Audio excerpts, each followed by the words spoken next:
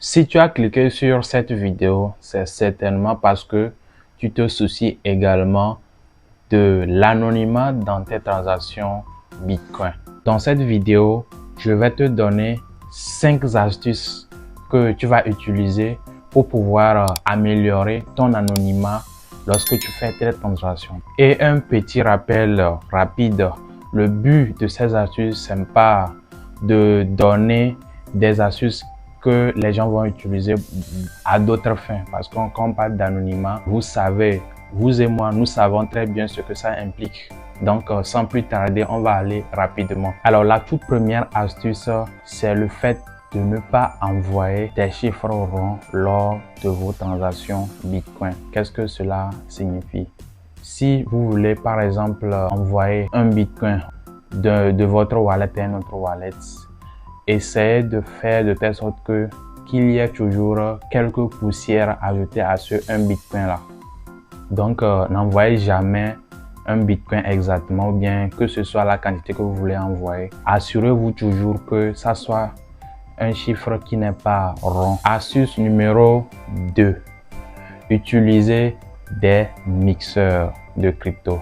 Et si comme nous sommes en train de parler de Bitcoin, utilisez des mixeurs Bitcoin comme Unijoin, Chipmixa, Anonymix et comme ça. Et un petit rappel ici, si vous ne faites pas de grosses transactions, je vous déconseille d'utiliser les mixeurs parce que les seuls frais même là peuvent vous faire fuir. Donc, si vous êtes sûr que vous faites de grosses transactions en Bitcoin, je vais mettre même le lien vers certains mixeurs que vous pouvez voir.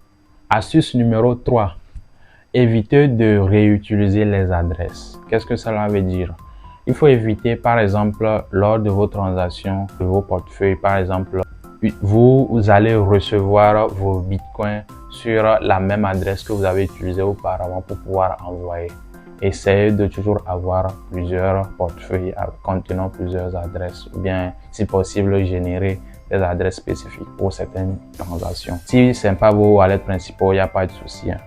Mais si vous voulez vraiment vous tenir beaucoup à votre vie privée, soyez toujours strict sur ce côté-là. N'utilisez pas, ne recevez pas les cryptos sur des adresses que vous avez utilisées auparavant pour pouvoir faire des envois. Astuce numéro 4. Évitez d'utiliser toutes vos adresses dans une seule transaction. Ce n'est pas du tout bien. Ça met en péril l'anonymat de vos transactions. Déjà que elle est déjà écartée, on ne va pas encore l'empirer.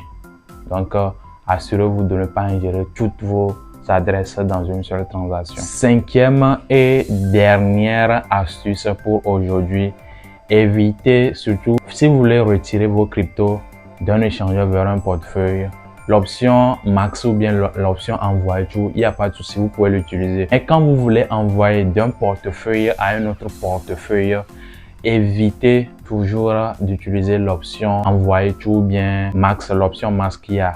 Souvent, nous voulons toujours vider.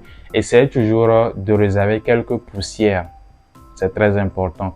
Comme vous pouvez le voir dans la première astuce où je disais, si vous voulez envoyer avec quelques poussières. Ici, dans cette cinquième astuce, il s'agira de ne pas, surtout de portefeuille à portefeuille, essayez toujours de laisser quelques poussières lorsque vous voulez le faire. Ça aide beaucoup à pouvoir améliorer votre anonymat dans les transactions. Donc voilà un peu ces 5 astuces-là qui peuvent vous permettre de pouvoir améliorer votre anonymat dans les transactions Bitcoin. Dites-moi ce que vous en pensez dans les commentaires. J'ai encore une autre série d'astuces dans ce sens que je vais donner prochainement.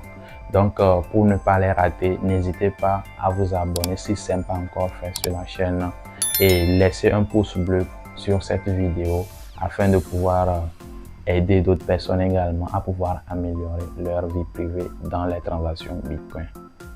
On se dit à la prochaine.